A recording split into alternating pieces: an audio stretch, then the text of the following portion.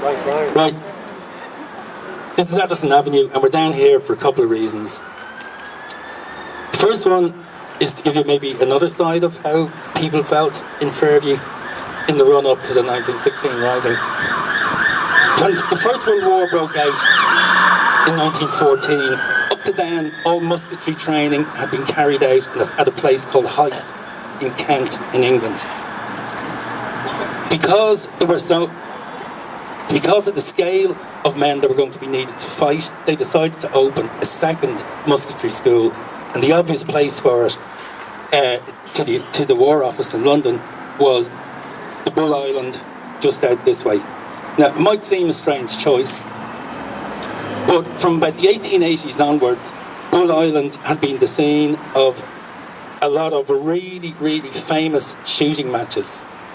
Now, I don't think you could really imagine 30 to 50,000 people turning up to see a bunch of people fire rifles at a target, but it happened in Dublin, and it was largely because of a man called Jerry Milner, who was an extraordinarily good shot, but he's also on the books as the oldest man to ever win an Olympic medal, which he did in 1908 for rifle shooting.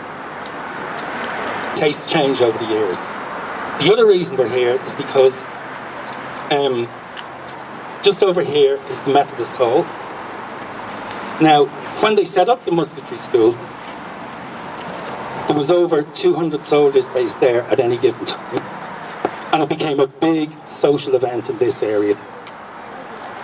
All the churches of all the different denominations had groups setting up entertainment for the troops to bring them home for tea or dinner or whatever on a Sunday. And in the hall over here, they got the best entertainers in the entire area, and they put on concerts for the troops every Sunday, and they would have over 200 people in the hall.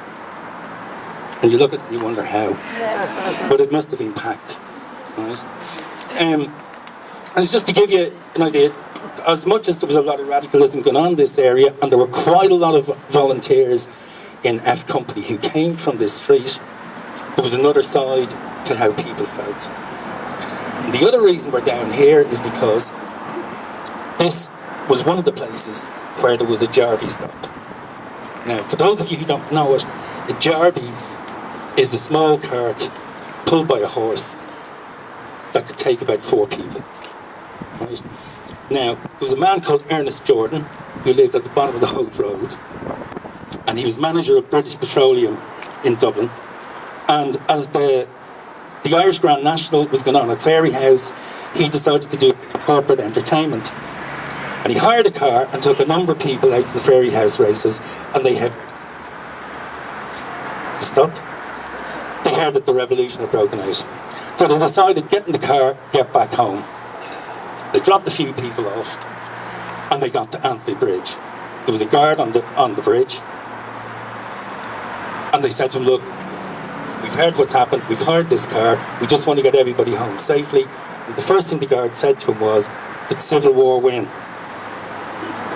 They said, no, he came third. But the guy had obviously backed Civil War each way, because he was happy enough to let them turn the car around and send it back home, but they'd have to walk the rest of the way.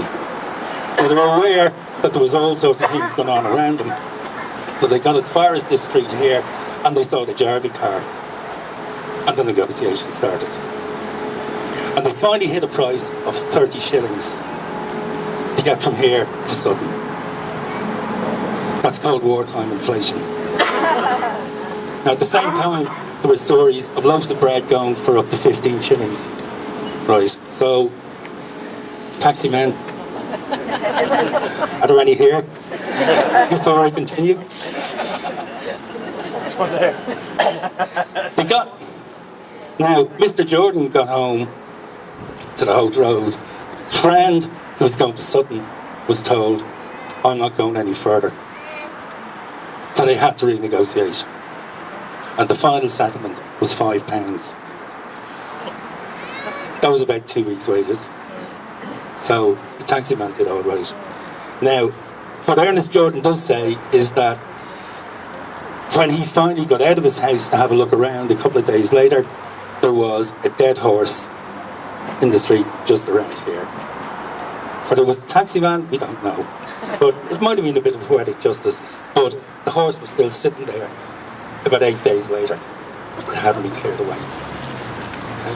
Now we're just going to go up the street here to number 4, Annesley Bridge Road, to have a look at something that's quite serious.